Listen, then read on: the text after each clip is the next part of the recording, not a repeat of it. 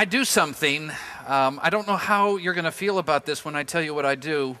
I do something every time I lead worship, every time I'm up here, every time we sing, I lead worship. It's something that a priest taught me to do, or mentioned that he did when I was a young priest. And I don't know, it caught my imagination.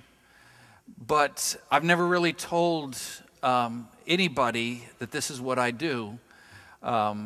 It's usually something I do during the first part of the service. Again, like I said, I don't know how you're going to think about me when you realize when I tell you what I do, but I know that I have your attention right now. I scan the church.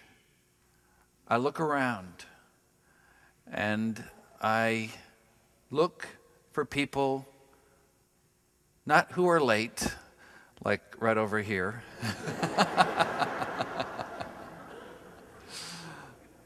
I look for him. It's a very interesting habit I developed when I first was ordained and leading worship and looking out into a crowd of people, whether it was 50 or 500 or more. I honestly look out for him. And I think to myself, one day he'll show up. One day he will come.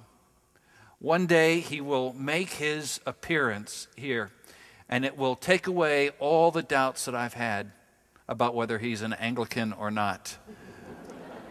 No, in all candor, I do this. I look. And I thought about that this week as I looked at this passage, and I thought, what would I do if Christ came to Christ Church? What would be my response? What would be your response if there in the back of the church, or right over here, if Jesus came into Christ Church? You'd know it. You'd know it. I promise you'd know it. I know what I'd do. I would take off my robe and I would hand over the microphone. And I wouldn't be worried about all the things I worry about on a Sunday morning, about the coffee and the cookies and the children and the youth and the parking lots and timing services so that the 9:15 people can pick up their kids and grab their cookie and get their coffee and go, and the 11 o'clock people can get in here. I wouldn't worry about all that. I would find Fran, and I would sit there next to her, and I would just say, "It's your service, Lord." What would you do if Christ came to Christ Church? As you heard me pray, I look at these passages that we have during Lent. And you know what? My honest prayer before I really open up the scriptures for the week's reading, I said, Lord, give me the wisdom to handle these incredible passages. They're just massive in their import. And this is one of them.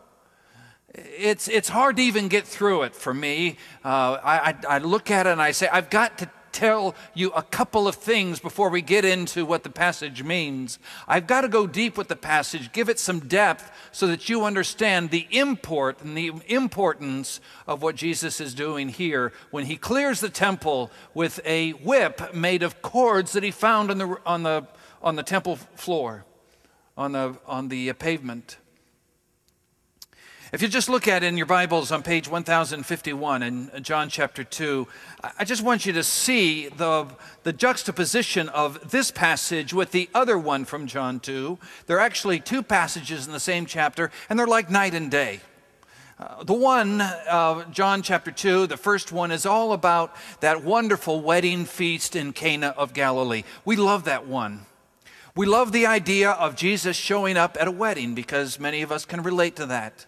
We love the idea of him working within the system of wine stewards and hosts of the wedding and the mother, what she says, and they ran out of wine. We love the idea of Jesus being able to find out what we need in our life and commit to do it and supply our need.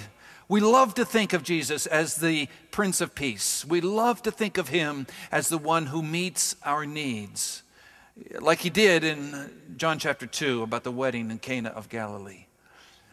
But the second story is about the King of righteousness. I mean, the first one is about the Prince of Peace, and we are ready to embrace him as our Prince of Peace. Lord, give me peace. Fill my needs.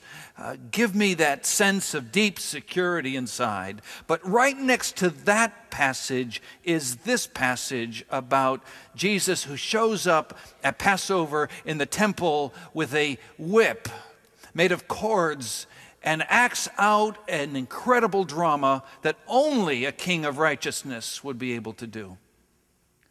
You see the two? Of both, we'd probably choose the first and say, that's what I want to believe. That's what I want to grab hold of in my faith. But both are true. Both happened.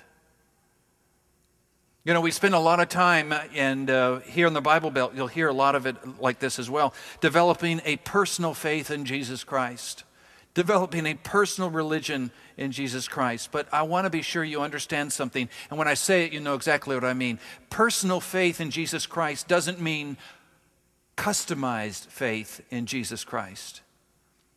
It doesn't mean that we get to personalize the faith to our lives, picking and choosing the things that make us feel one way. But those passages that kind of get under our skin and make us think maybe a little bit differently about who this figure of history is, well, we don't get to choose which one we believe. They're both part of it here in the same chapter.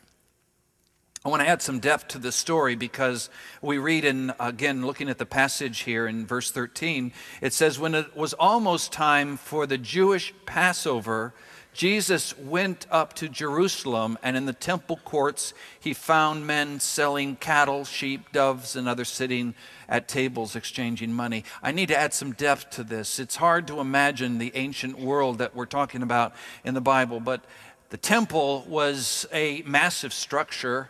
It was situated on essentially a 15-acre, 20-acre platform, a massive structure. 15, 20 acres is larger than anything around Christ Church. It's the parking lot, the building, everything, and all the land over there. It's a massive structure built up on a mound. It's called the Temple Mount. And on that Temple Mount, this huge platform was surrounded by porticos and colonnades. And in the center of that platform was the temple itself. Now, the dimensions of the temple are hard to fathom, and it's hard to even get specificity about what they are, but it was at least 5 stories tall. It was at least the same distance in its width, and at least the same distance in its length. It was this huge block that was the temple, and the eastern side of it was gold. And so when that sun came up in the eastern sky, or that noonday Middle East sun shone on that wall, it just lit up the whole valley. It was unmistakable. It was the most impressive thing anywhere around Jerusalem, certainly Israel, the whole Mediterranean area. Jerusalem was a town of about 50,000 people. It would swell up to about 250,000 people in the time of the Passover. And people from all over the countryside, Jews from all over the land, would find their way into Jerusalem for the Passover. And Jesus comes in, and he sees something that bothers him. This is all by way of background. He sees something that bothers him. He sees tables and tables and tables all the way around the temple, and people who are merchants, and hundreds of them, and thousands of animals, and piles and boxes of money that had to be exchanged for temple worship.